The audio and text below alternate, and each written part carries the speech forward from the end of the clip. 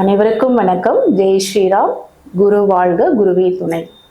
இந்த 2026ஆம் ஆண்டு தனுசு ராசிக்கு எப்படி இருக்கு? தனுசு ராசி நேயர்கள் ஆல்மோஸ்ட் எல்லாத்தையும் கிராஸ் பண்ணி வந்தாச்சு. நிறைய அடி வாங்கியாச்சு, நிறைய அவமானப்பட்டாச்சு, ரத்த கண்ணீர் சிந்திட்டப்பான்னு சொல்லுவாங்க இல்லையா? அது தனுசு ராசி நேயர்களுக்கு ஆப்டா பொருந்தும். இந்த 2026 அப்படிங்கும் போது இப்ப பாத்தீங்கன்னா உங்க ராசியில 4 கிரகங்கள் கோச்சாரத்துல உட்கார்ந்துருக்காங்க. இப்பயும் அப்படிதான். வர்ற வருமானம் எந்த பக்கம் போகுதுன்னே எங்களுக்கு தெரியலங்க. வருமானம் வருது, ஆனா எப்படி போகுதுன்னு தெரியல. நான் எப்படி அந்த வருமானத்தை தக்க வச்சுக்கிறது?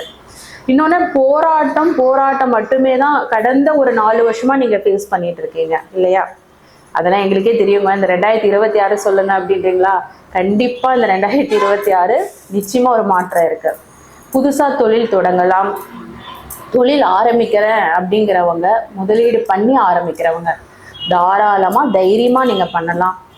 அதே போல கடன் கொடுக்கிற நிலைமைக்கு நிச்சயமா வந்துருவீங்க இன்னும் ஒரு 6 மாசத்துக்கு அப்புறம். எங்கங்க இவ்வளவு நாள் கடன் தான் வாங்கி கடன் கட்ட முடியாம புலம்பிட்டு இருக்கேன்னு நீங்க சொல்றது எனக்கு கேக்குது. ஆனா கண்டிப்பா இந்த 6 மாசத்துக்கு அப்புறம் உங்களுக்கு சூப்பரா இருக்க போகுது. ஒரே ஒரு விஷயம், நீங்களும் பண விஷயத்துல கவனமா இருக்கணும். யாராவது உங்ககிட்ட ரொம்ப ஃபீல் பண்ணி கேட்டாங்கன்னா அவங்க உண்மையா அதை கேட்குறாங்களா இல்லை நடிக்கிறாங்களான்னு கூட நீங்க அதை அனலைஸ் பண்ணாம தூக்கி கொடுத்துட்றீங்க. அதுதான் உங்ககிட்ட இருக்க ஒரு ட்ராபேக். ஸோ பணம் அப்படிங்கிற விஷயத்துல ஏன் அப்படின்னா, தனுசுனாலே குருவோட ஆதிக்கம். சீக்கிரமா உங்களை ஈஸியா ஏமாத்திடலாம். யாராவது ரொம்ப கஷ்டப்படுறேன்னு சொன்னா கூட நம்பிடுவீங்க, நம்பி உதவி பண்ணிடுவீங்க. உங்களுக்கு இருக்கான்னு நீங்க யோசிக்க மாட்டீங்க, அடுத்தவங்களுக்காக ஓடிட்டே இருப்பீங்க. உங்களுக்காக வாழக்கூடிய காலகட்டம் இந்த 2026.